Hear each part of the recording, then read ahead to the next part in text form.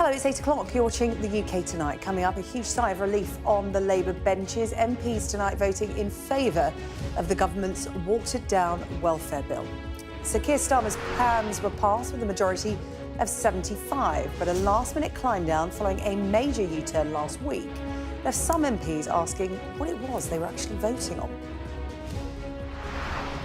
The ayes to the right, 335.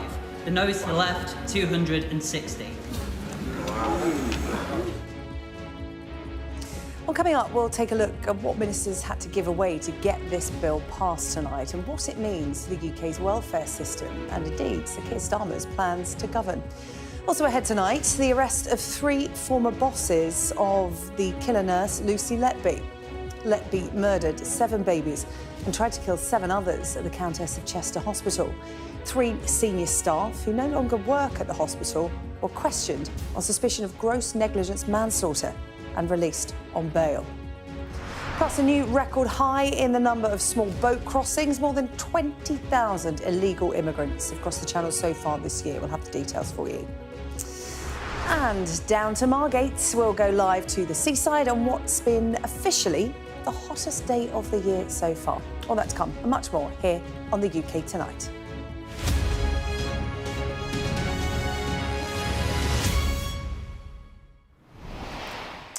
Well, it goes down as a victory, but no one is going to be celebrating in Downing Street tonight. MPs voting in favour of Sir Keir Starmer's controversial welfare plans this evening, but only after another major climb down in the face of a Labour rebellion. The government shelved plans to restrict eligibility for the Personal Independent Payment, or PIP. And any changes will now only be made after a review of the benefit, due at the end of next year. Well, the PM had already watered down this bill with a U-turn last week to avoid an embarrassing defeat. And today's concessions led to a number of MPs, including those on the government's own benches, asking what it was they were actually voting on tonight. A few moments ago, Work and Pensions Secretary Liz Kendall gave her reaction to the vote. I wish we had got to this point in a different way, and there are absolutely lessons to learn. But I think it's really important we've passed this bill for second reading. It puts in place some really important reforms to the welfare system, tackling work disincentives, making sure that people with severe conditions are no longer reassessed, and alongside our investment in employment support, this will help people get back to work because that's the right future for them. Is your position really tenable, though? You've been repeatedly humiliated in the last week. Look, you know, I think listening is actually a strength in politics, as indeed it is in life, and I'll continue to listen to colleagues. You want to carry on? Absolutely. You know, what was very interesting was how much support there was for the principle of reforming the welfare state, that those who can work should work but need help to do so, and that we need to protect those who can't work. The bill begins to make those changes alongside our welfare reforms. Right, well, let's get reaction from Shadow Chancellor Mel Stride now. He joins me from the Central Lobby. Good evening to you.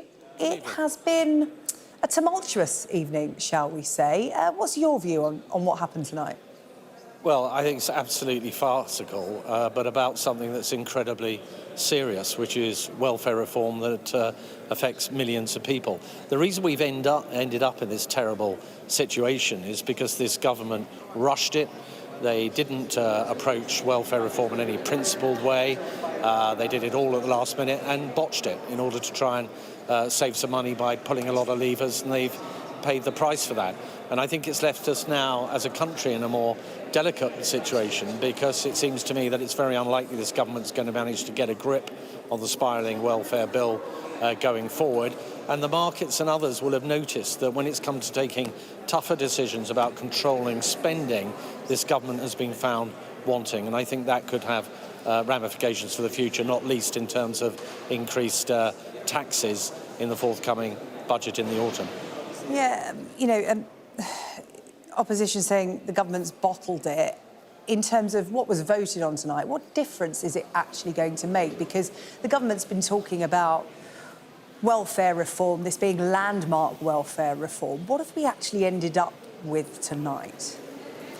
Well, you've ended up with a freeze on some benefits for those who've got a health element, those who are going on to a health element within UC and a cut there and an increase in the standard allowance within UC. But in terms of the overall impact, for example, on savings in the welfare bill, I would think we've seen tonight probably the best part of £4+ billion just simply dropped in the blink of an eye. And that plus the unfunded commitments that the Chancellor has made around reversing the changes to the winter fuel payment probably means about £6 billion of unfunded commitments that are out there now. Now, you've got to compare that to just the £9.9 billion that the Chancellor has as headroom against her fiscal targets. So that plus slower growth, plus the headwinds we're seeing internationally means that we go into the autumn in a very delicate situation with it looking to me highly likely that taxes are going to have to be increased. And the consequence of that will be to further slow down the economy and you get into this vicious loop. I take no satisfaction from that at all, but I'm afraid that's the kind of parlous scenario that we're in now. The Chancellor was saying, lessons have to be learned. In fact, everyone we're speaking to tonight from Labour is saying lessons have to be learned from this. Should the Chancellor throw her fiscal rules out the window? Well, I asked her about the fiscal rules in Treasury questions at the dispatch box this morning. And I said, in light of all the various U-turns that the Chancellor had made, could she at least confirm to the House that she would stick to her fiscal rules, bearing in mind she'd already watered them down from those rules that she'd inherited from us. And she chose not to make that commitment. She didn't make a commitment one way or the other. And I think the markets will be watching that because as she goes into the autumn, her choices are narrowing. She can either put up taxes or perhaps change those fiscal rules. If she goes for changing the fiscal rules, which means even more borrowing, and this government is addicted to borrowing, then I think the markets might take a pretty jittery view of that. Where does this leave the welfare system, the benefit system? Is it fit for purpose? No, it's clearly not. When we were in office, we brought in fundamental principled reforms, fair to the taxpayer, but still supporting those that needed that support. And that saw, for example, £5 billion worth of savings, as scored by the Office for Budget Responsibility. And the OBR also said that getting on for 500,000 fewer people would be going on to those benefits as a consequence and would actually therefore have the opportunity with support of going into work. Now, the government cancelled all that almost on day one when they came into office. We had also consulted on fundamental reforms to PIP, not snatching at the point system and all the things this government did at the last minute, but real fundamental reform, asking the questions about what is the purpose of the benefit, how is it best delivered, and yes, how we can make savings as a consequence of that. So providing the right support, but also being fair to the taxpayer. All of that has gone out the window, and I cannot see with this rebellion that we've seen tonight and all the problems Number 10 has had, how they are going to get in a position where they can really grip the welfare bill. So I'm afraid I'm deeply pessimistic at the chances that this government's actually going to do that. Now, the people that pay the price will be hard-working people up and down the country paying their taxes who will have to make up the difference. Mel Stride, Shadow Chancellor, good to get your reaction tonight. Thank you for joining us. Thank you. Well, let's bring in our political correspondent, Tamara Cohen. She has been following events this evening from Westminster. So, Tamara, for people watching this evening, and for many MPs, it seems, what is it MPs ended up voting for?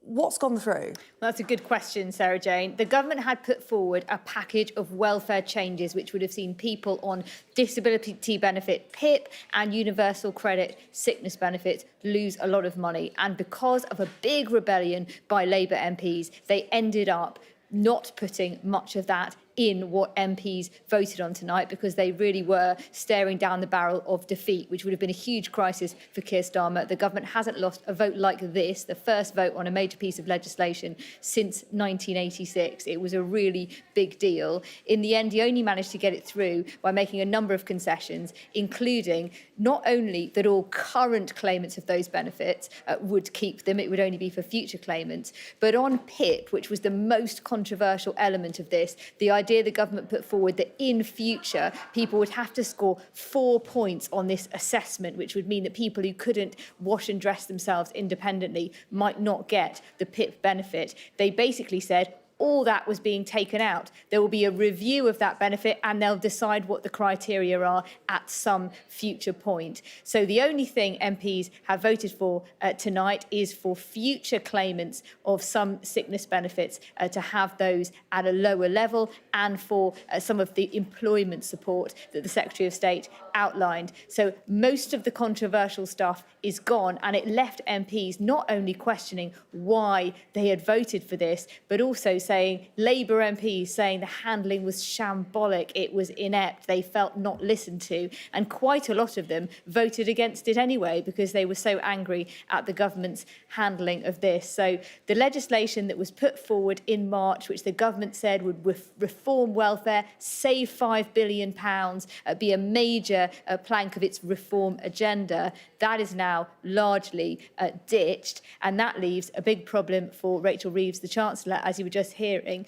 because at the autumn budget, she will need to find that £5 billion from somewhere else. And I think the other lesson for number 10 is that despite winning an enormous majority, Labour MPs are independent-minded. They didn't feel this was in line with their principles, and so they refused to vote for it. What other tough things might they refuse to vote for at later stages, is I think the question ringing in lots of ears in Downing Street. Tamara, thank you. Tamara Cohen, our political correspondent following events in Westminster for us tonight. Our deputy political editor, Sam Coates, has been analysing the cost of the U-turns on this bill and what they mean for Chancellor Rachel Reeves' spending plans. Here he is. The U-turns over the last 48 hours have blown a huge hole in Rachel Reeves' spending plans and are going to cause her considerable difficulty over the coming months ahead of the next budget. Let's see why the U-turns over the welfare bill are such a problem for the Chancellor. Now, as most people know, Rachel Reeves has set herself incredibly aggressive borrowing limits and also left herself almost no wiggle room in which to meet that. In fact, when it was last assessed by the Office for Budget Responsibility, she had just £9.9 billion between what she was spending and the amount that if she burst and needed to borrow, she would break her fiscal rules. And she only managed to meet this target with over £5 billion of savings to the welfare budget. Now, since then, the economic position has got worse in the intervening months. Look at this. Since March, she's had to do a U-turn on the winter fuel allowance. Now, that's cost her about £1.25 billion. The global economic situation and some domestic problems mean that weaker economic growth means less tax take. We estimate that that will cost her around £4 billion of her headroom. And then look at the last 48 hours. The welfare savings, U-turns, well, at Sky, we think that that's going to cost the Chancellor about £5.5 billion, which means, for the first time, we estimate that she is going to breach her fiscal rules in November if she does not take dramatic action or changes those rules. So what's she going to do? Well, she's just agreed all of the spending plans with her colleagues, so she's going to struggle to take money out of Whitehall. She's going to really struggle to get any savings elsewhere from the welfare budget. So the question being asked today by the Shadow Chancellor, Mel Stride, is could she actually just change her fiscal rules? Look at whether she answers or not. But, Mr. Speaker, the Chancellor has also said that her fiscal rules are ironclad and non-negotiable. So could she reconfirm that commitment now, or are we heading for yet another U-turn? Well, it would be a bit more, take it a bit more seriously if the party opposite weren't actually voting against the welfare reforms this evening, and if they hadn't committed to fully reverse the winter fuel changes, which is going to cost a further £400 million that they can't explain. Rachel Reeves appearing there to sidestep the question. So, what is Rachel Reeves going to do? More than £10 billion of black hole in the account. She's got to find that money before November-ish. It's going to be very hard indeed. Well, away from the politics, it really is all about people. Let's speak to our panel tonight. Ellie Addy is a recipient of PIP and Universal Credit. James Price is a former government senior special advisor and worked for ex-Chancellor Nadhim Zahawi. We're also joined tonight by Megan Thomas, who is the coordinator of the Coalition Against Benefit Cuts. Good evening to you all. Ellie, I'll come to you first because a lot of these changes with the U-turns and the climb downs at the last minute, you know, those currently in receipt of PIP payments and universal credit weren't going to be affected. It would be future claimants. However, you must be breathing a sigh of relief this evening.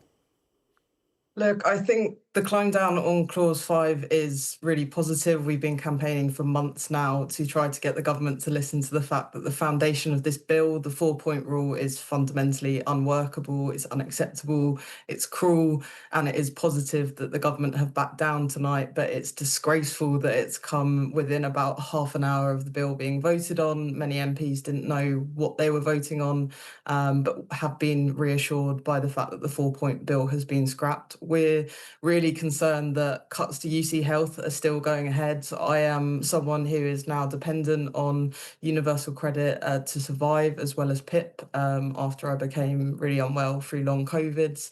I'm really concerned that whilst this is reassuring for myself, my benefits aren't going to be cut now.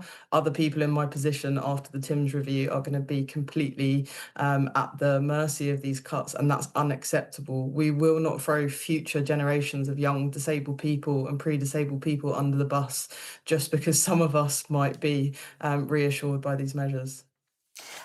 James, can I come to you, former Chief of Staff to the Chancellor Nadhim Zahawi. It's been described as a confusing, chaotic picture tonight.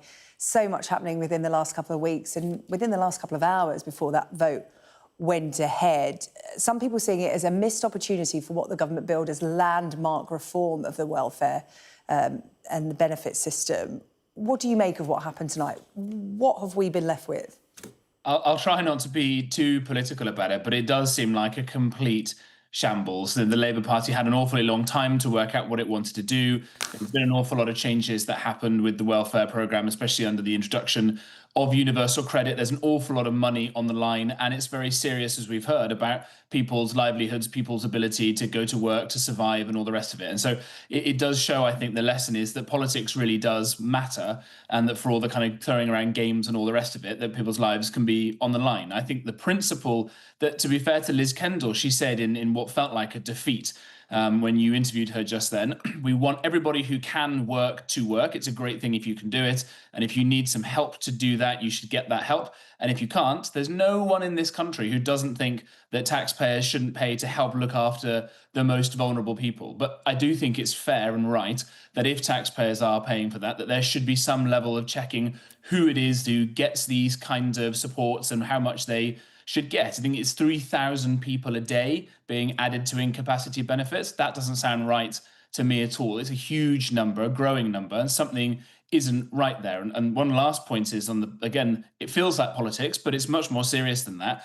If the Labour Party with a massive majority isn't able to get actually quite modest reforms through, as they were unable to today without this kind of massive rebellion, then the markets who lend the government money, because we're spending more money than we're bringing in, they'll take another look at all this, think, actually, at some point, we're going to stop paying for this because there's a big level of fiscal irresponsibility. And that means less money for schools, less money for hospitals, and less money for the disabled people who really genuinely need it. And that could get us into a real economic doom spiral, and nobody should want that. Yeah, I think we all know money has to come from somewhere, but you know, the big question over this whole debate has been, does that money have to come from the benefit system? Is that really where the axe should fall? Megan Thomas, I'll bring you into this. Disability campaigner. The government, for example, with all these U-turns and chopping and changing at the last minute, said, look, we're doing this because we're listening. But the big question is, have they been listening? Because their own MPs from the backbenches have been talking about this for months and the impact this will have. And there is going to be this review into PIP payments where they say they will listen to those with disabilities. Should they have been listening to them from the start and perhaps not got to this point where the reform we seem to have got is so watered down it's not actually going to make an impact or benefit anyone? Yes, completely.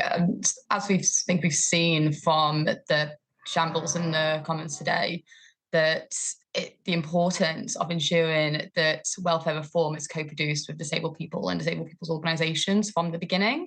If that had been done in this case, we could have avoided all of this. And even within this bill, there is still a lot of people who are going to be affected. So I think it's close to, I think it's close to like 700,000 recipients of the health element of universal credit who are estimated to be affected by this bill.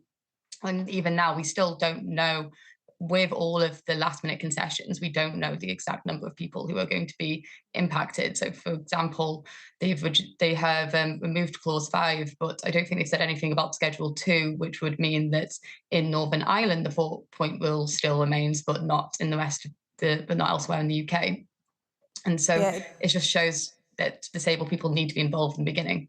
Yeah, it does feel like we've been given an answer, but it's posed more questions, and a lot of questions still haven't been answered by that answer. It all feels very back to front and confusing. I did ask Mel Stride, the Shadow Chancellor, whether the benefit system is fit for purpose, because from the government's point of view, they're saying, look, we cannot afford it to continue in its current guise.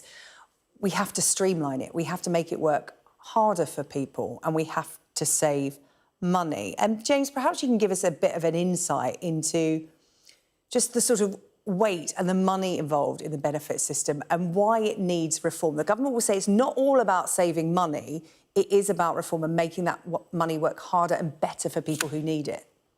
Yeah, so the benefits bill, the Department for Work and Pensions budget is the biggest in government. About half of it is for state pensions and public sector pensions and things like that. The other almost half or so, we're talking upwards of £140 billion a year, goes to working age people and to children who need it. That's a really large amount of money. It's about, I think, 10% of GDP. So if you can make even quite modest efficiencies and savings and doing things better there, that counts for an awful lot compared to much smaller budgets. And, in context, we are borrowing a huge amount of money every year, and we're paying something like £90 billion.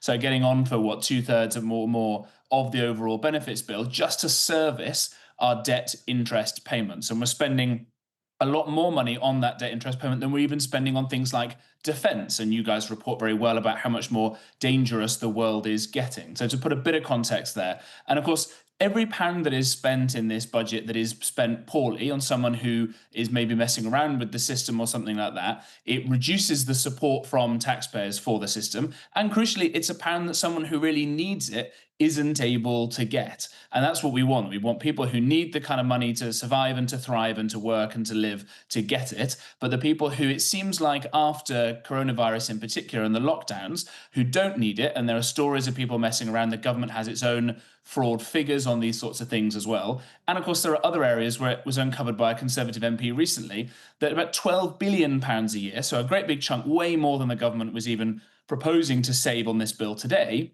is going to foreign people living just on benefits in the UK. So if you got rid of that, you wouldn't need to worry about any of this at all, about 2.5 times over. So it's really, really big money here. And the only way out of it is, I think, probably, if you're not going to be able to cut these things, is economic growth. So you've got more money to do all the things you want to do. And yet, to be slightly political, the Labour Party seems desperate to stop any kind of economic growth with its other policies as well. So we're in a lose-lose situation. I really want to talk about that messing around with the system with Meghan, the accusations that there are people abusing the welfare system. It'd be interesting to hear from Meghan on that. But I want to come to Ellie, because, Ellie, you touched on your experience there. You were, diagnosed with long COVID. You cannot work and you can't see a point at which you are able to enter work. So, as you said, PIP and universal credit is a lifeline for you. And I was really touched earlier on today. It made me think Labour MP Dr Marie Tidball, as one of the few visible physically disabled MPs, stood up to speak, on behalf of those with disabilities against this bill. And for you, you have a chronic condition. It's not a visible disability. And I just wanted to get your viewpoint, because often those without visible disabilities have the hardest time when it comes to being assessed. Can you talk about your experience? Because that was a real concern for you here with any changes coming in, that it would affect those with chronic conditions. Yeah, I think this bill has been completely designed to be able to save money by cutting out people like me who have chronic or fluctuating conditions, suffer with severe mental illness, for example, and for that reason score widely across a wide range of questions.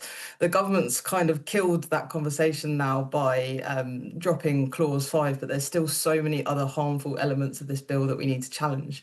The reason the conversation has been so fixated around the 4-point rule is because it's so clearly ridiculous, and it highlights the fact that this government is using it as a cost-saving measure rather than a real solution for how the benefit system could be improved. I had to access the benefit system last year when I was in the worst state of my life. I've never felt more mentally or physically unwell. I'm actually still waiting for a long COVID diagnosis. I'm on a 59-week to see a neurologist, and so much of my problems have been caused by not being able to access the healthcare that I deserve over the last decade. I truly believe that if I'd got that support, then I wouldn't be in this position and I might be able to work at the moment. I truly, truly hope that I will be able to in the future, but that's impossible when our public services are literally on their knees. There are so many solutions that the government could take in terms of finding the money and not from cutting money from disabled people. And that is why we will categorically oppose this bill and continue to fight against it. We will not accept any cuts to disability. They are a lifeline. And in a cost of living crisis, it is unacceptable that we continue to see this as something that can be pushed through. There are a number of taxes that could be used. A 2% tax on assets over £10 million would raise £24 billion. It's a very, very simple solution that doesn't come from killing disabled people. I can see James shaking his head there. Perhaps you can explain why you're shaking your head at that idea of, taxing those who are wealthy further, essentially. Well, we're already seeing a huge number of rich people leaving the country. We're seeing people who are billionaires and millionaires taking all their money and all their investments out, which means you can't tax them anymore. We're already seeing, frankly, as well, just people of average salaries leaving, people moving to other countries, whether it's America or Italy or the UAE, where somewhere like the UAE, they're not taxed at all. You might think that's wrong of them. You might think it's unpatriotic not to stay and suffer ever greater wealth taxes on money that they own or they've earned, because it should be being redistributed. But the fact is that people are leaving, and they're leaving in ever higher numbers because of the policies coming in. So those kind of figures, whilst statically might be true, in the real world, I'm afraid they won't raise the kind of money that Ellie is talking about there. OK, I want to bring a final point to Megan. It was that point that James brought up about people messing around in the system, because that's always talked about. When we talk about reform, it's about tightening up the system so people can't abuse it. What's the truth behind that? How many people do abuse the system? Because that's always the argument, and the shouty argument that's talked about when it comes to people on benefits, that there are those that abuse it that make it worse for those who really need it. The truth is that it's a smokescreen, or we see it as an excuse or a justification to make devastating cuts which could force hundreds of thousands of people into poverty. When you look at the actual figures around abuses of the benefit system, and also the cost of abuse of the benefit system, the levels of fraud are actually very low, and some of the extremely intense measures that are being put into place in order to kind of prevent fraud cost more than the actual level of benefit fraud that we see. So when, as part of a delegation that went to the United Nations Committee on the Rights of Disabled People last year to present on the experiences of disabled people in the UK, and they found the UK to be in grave and systemic violation of the Convention on the Rights of Disabled People, partially in large part because of how terrible the welfare system is here. And one of our issues with the bill, and the argument about fraud in general, is that we don't see it as really coming from a place of wanting to genuinely reform the welfare system to actually support disabled people, but also that this bill strengthens some of the worst parts of the pre-existing welfare state.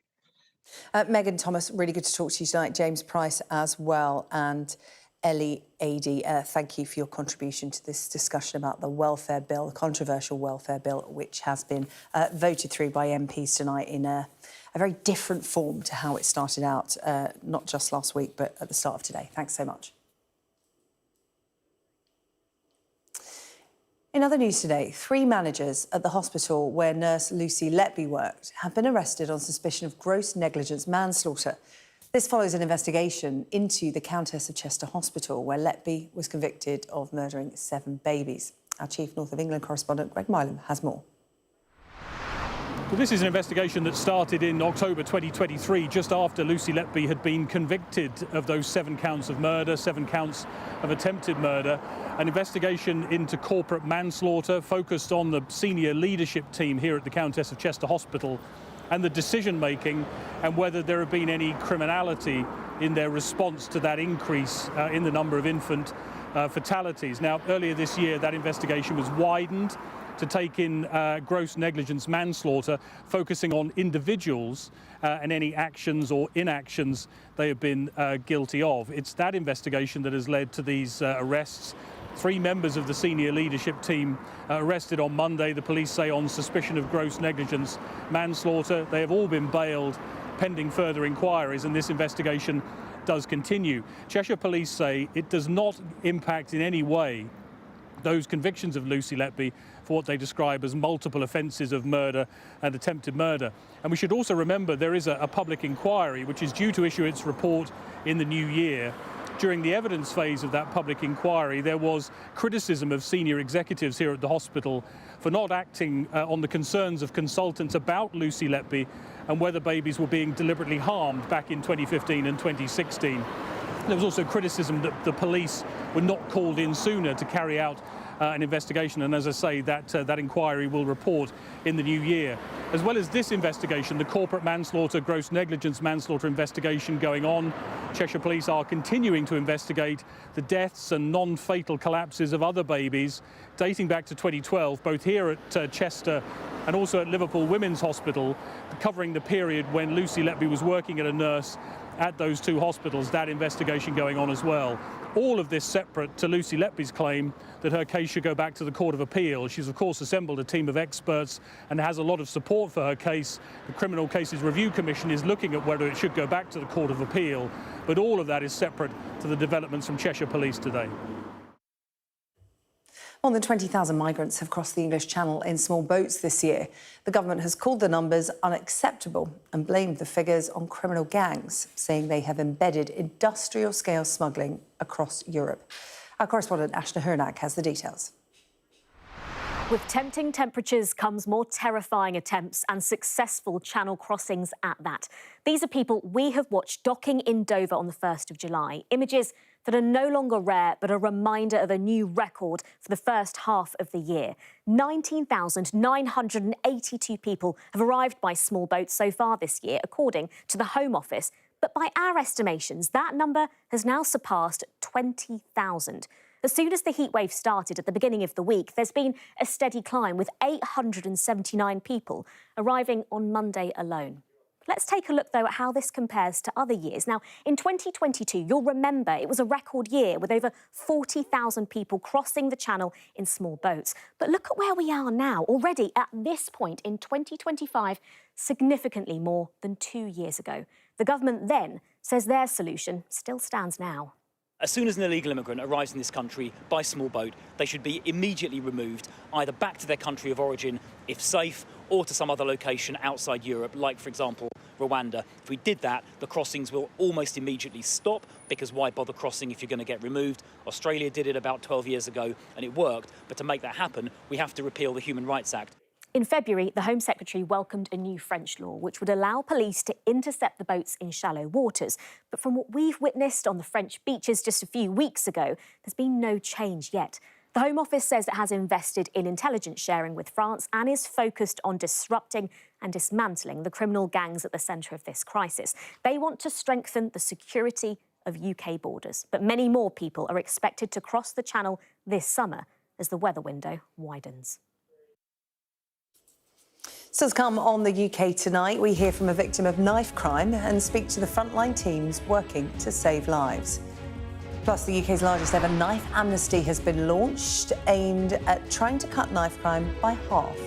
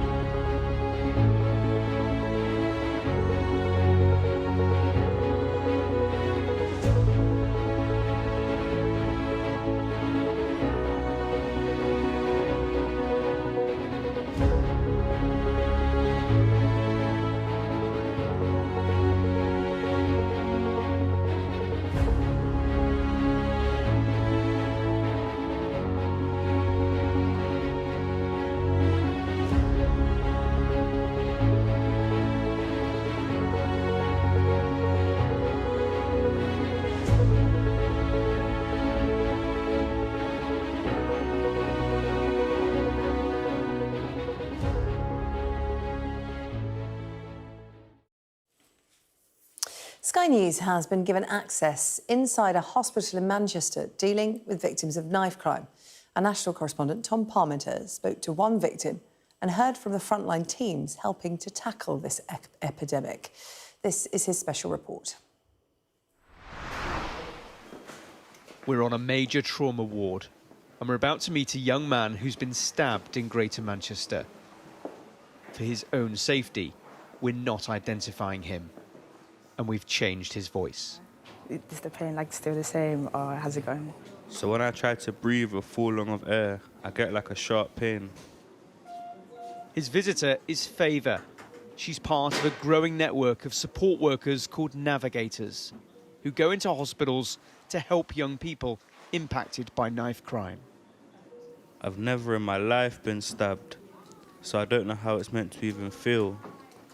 So initially, the pain came when I realised the blood's just spitting out the side of my ribcage, and that's when I start panicking. All I could hear was everybody screaming around me, about 10 voices, you know. I just felt like as though I was slowly slipping away.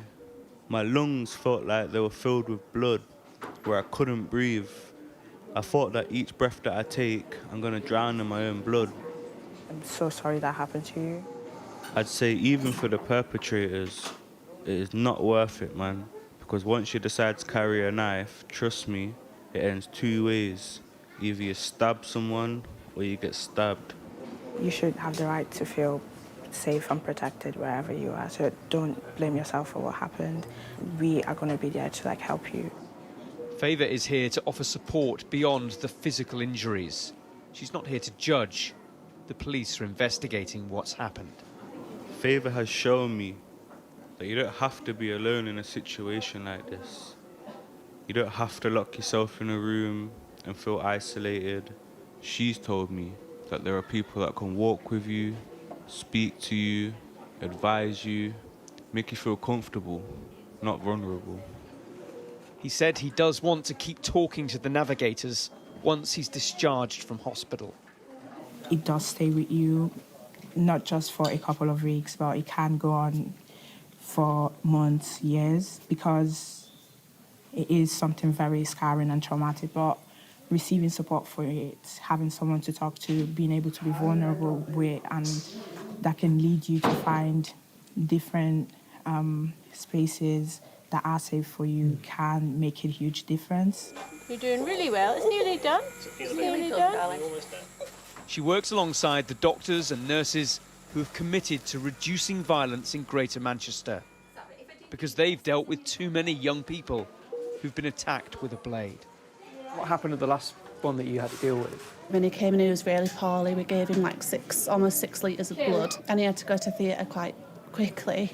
It's quite upsetting, like, to see anything like that anyway, but especially in a child, just sort of think, like, what's happened to them to end up in that situation. It's only afterwards that you sort of think, oh, God, what have I even just seen? Like, that's not normal. During our filming, another boy was stabbed. He died before he reached hospital.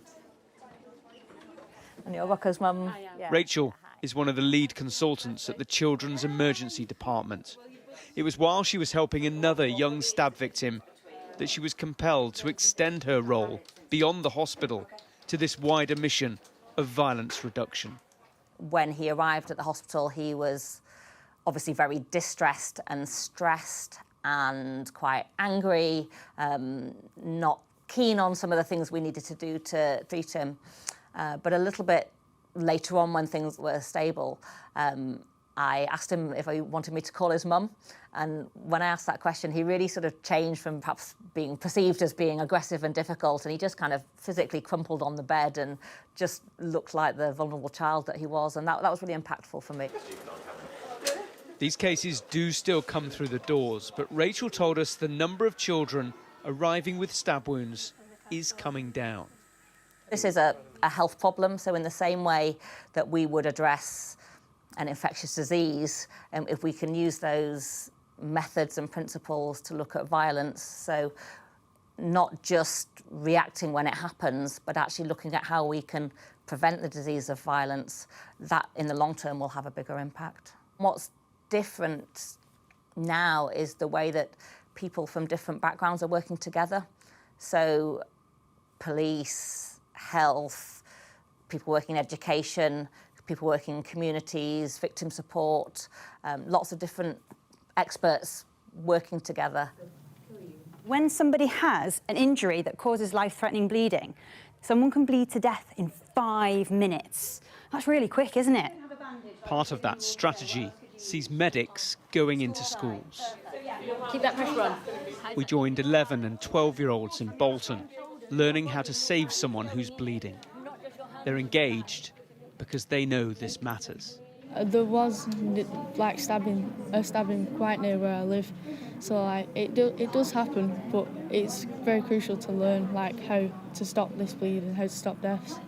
How do I feel? Well, a bit scared when I go outside if I see them people just walking with their hands in their pants looking like they'll pull something out on me.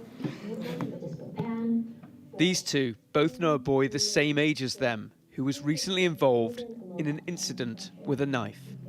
How did it make you feel? Honestly surprised because he's year 7 and he was doing that, shocked as well, scared for him, angry, I don't know, all the emotions at once basically. It's really bad because like at that young age, no one would expect it for someone that young to happen to it. Like they're just new to high school, fresh out of primary, and they shouldn't just be doing that, too young. How long do you need to do that for? 10 minutes. The teachers could ignore this problem, but here they've chosen to tackle it head on. We're dealing with it every single day.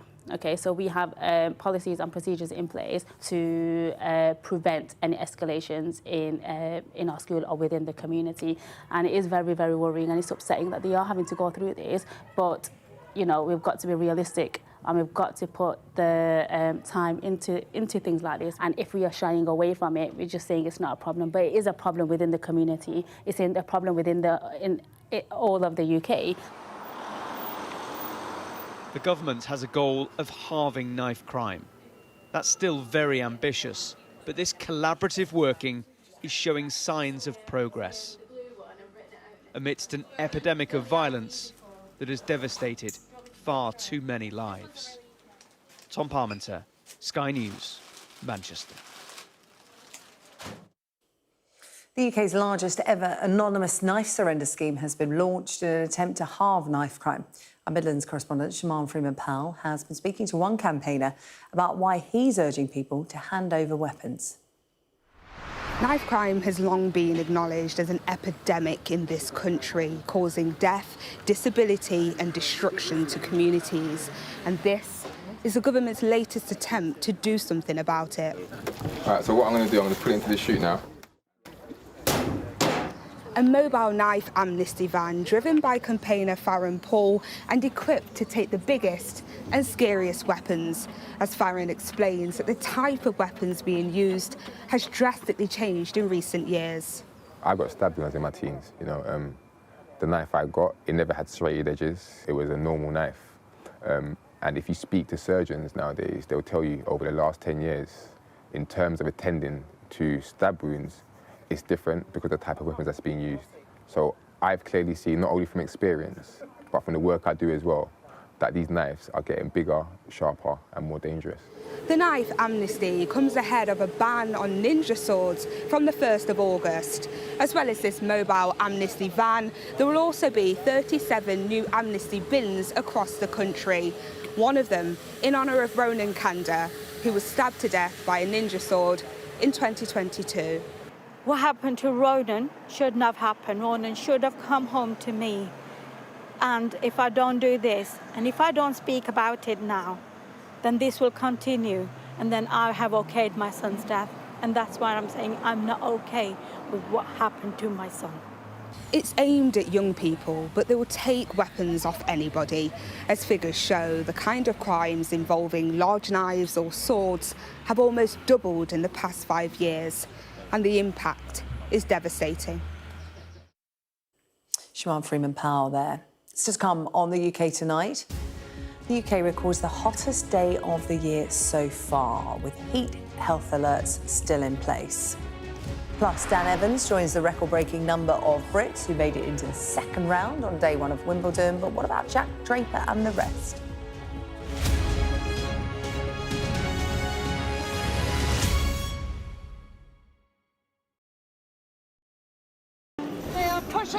forward, trying to get people to disperse. What Prince Harry wanted to do was to eject me. Is that your opinion? It is. It is. They were serious, coordinated attacks.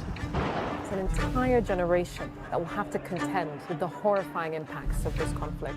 The number of patients is increasing. It's been quite some day. Hey, what country are you From the UK. Why don't you go back to your country? You've gone viral. I've ever had such a reaction. It's just incredible.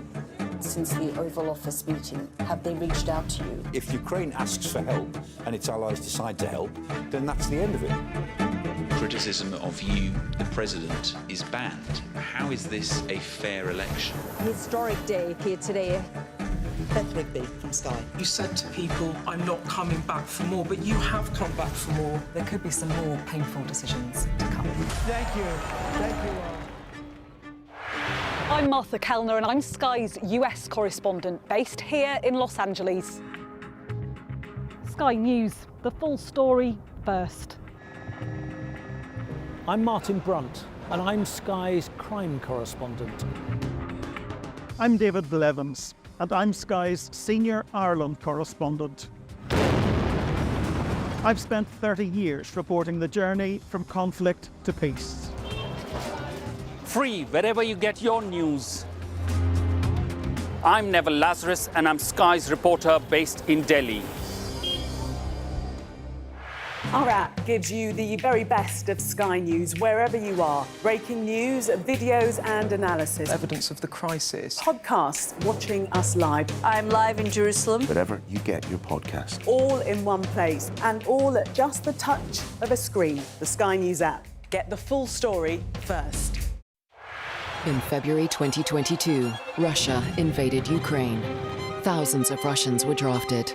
For some, the reality of frontline warfare meant one thing: desertion. I had a rush of adrenaline. It was a kind of treason. But they did not escape on their own. I help people to desert Russian army. The stakes are high, but for some, there's no other option. We keep going till Putin's regime is over. Escaping Putin on Sky News. Hello, welcome back. The hottest day of the year so far in the UK. We'll tell you where the highest temperature was recorded. But first, David Garrido has all the sport on day 2 of Wimbledon. Staying connected is vital for business. Sky Business sponsors this report.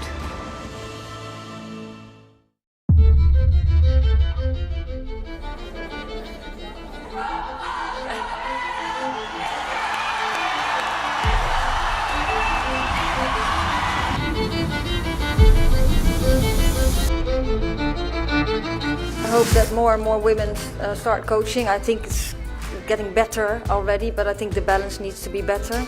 It's a problem not only on the international stage, but at every level in the women's game. We need more women coaching in the sport. We have to keep coming up with creative ways to make sure we've got the right number of female candidates coming through. I'm slightly worried about that for the future.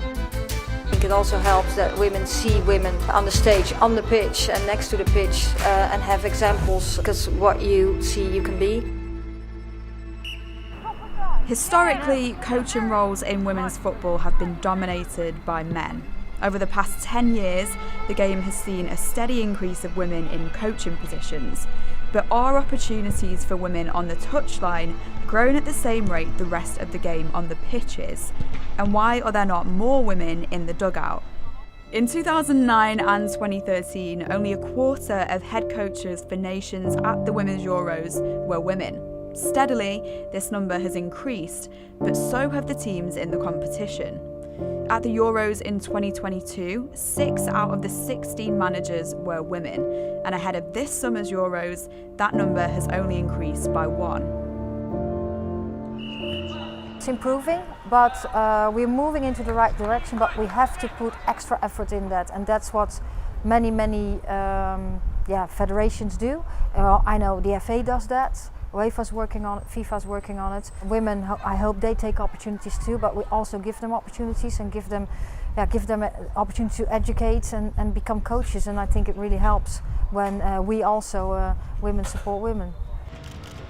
going to do the same. There's all this preconceived notions that we're having to deal with, and it lives, unfortunately, in the women's game and the men's game because it's what you know. And unfortunately, I was a player who had a similar experience. I had a female coach, and Sky Business sponsors this report. Well, you might have heard today was officially the hottest day of the year so far. Temperatures reaching 34.7 degrees Celsius in St James's Park in London. That isn't St James's Park. However, parts of Kent, Essex and Middlesex also saw high temperatures. Amber heat health alerts remain in place across the UK until 9 a.m. tomorrow. I know my London parks, and that's not one of them. That looks like Margate to me, maybe? Our correspondent, Oliver Whitfield-Mirchich, is in Margate for us. NHS Trust warning the public to stay indoors. Did they adhere to that warning at the seaside today? It's been beautiful at the seaside today. Plenty of people coming out, not heeding that warning. We've seen the beach really full for what is a Tuesday during term time. People have probably left work a little bit early, if not called in sick, and headed to the beach instead. Temperatures here were around 32 degrees, so a little bit cooler than other parts of the country.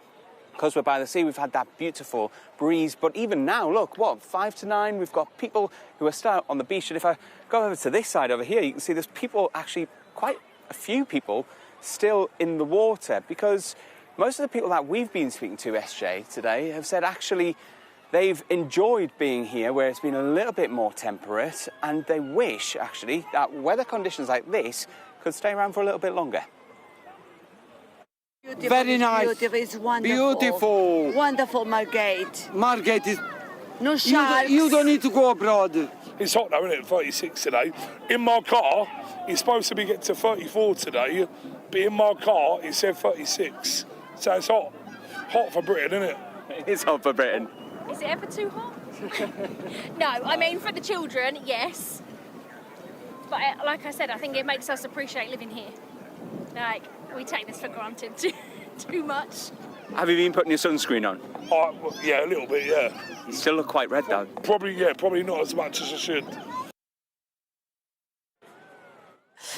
Ollie calling out people on their sunburn. Operating SunSense, public interest, good on you. And not just hot in Margate, we were looking at pictures of Brighton earlier on before we came to you. Brighton and Margate looking lovely in the sunshine, people really enjoying it. But it's been hot pretty much everywhere, hasn't it, today? Yeah, it has. Another part of Kent registered 34.6 degrees Celsius, just shy of that record that we had today in London in St James's Park of 34.7 degrees Celsius. In Bedfordshire, the gritters have already been out. No, it is not winter. No, they are not trying to protect the roads from snow. Instead, there were concerns that the roads and the tarmac could melt, so they had to put down some crushed stone to stop the roads from melting into the ground and to keep the traction going for drivers who are on the road. The good news, though, for people who've not been enjoying this warm weather is that the conditions are set to ease. That heat health alert runs out tomorrow morning. The temperatures are set to drop by about 10 degrees, so there will be some reprieve for the elderly, for the young, for those who are more shade seekers than like being out on a sun's bed. I've got to say, though, health authorities are warning that these types of weather phenomena are going to become more common, even in places like the Midlands and northern England, as climate change grows even bigger. Temperatures that we're experiencing now, like the 34.7 degrees in central London, 20, 30 years ago would have seemed extreme and unfathomable. Now it looks like they could be something of a more norm. Ollie, thank you. My sister did text me from Glasgow today. She said it's cool up in Scotland. It's not everywhere feeling the heat. And I'm glad to see they relaxed the dress code here at Sky News for you today, for your day at the beach. But they've cropped the shot, so I can't tell if you're wearing shorts. I'm not wearing shorts. Instead, I've rolled up my trousers and they're sort of culottes at the moment. Yeah, nobody likes soggy trousers. OK, Oliver, thank you. Good to see you down in Margate. Let's have a look at the weather, shall we? Because I think today's the peak of this heat wave. The ideal atmosphere, whatever the altitude. The weather, sponsored by Qatar Airways. Well, we have seen the last of the hot weather today. Conditions cooling down over the next few days. Breathtaking views with clear skies ahead. Qatar Airways sponsors the weather.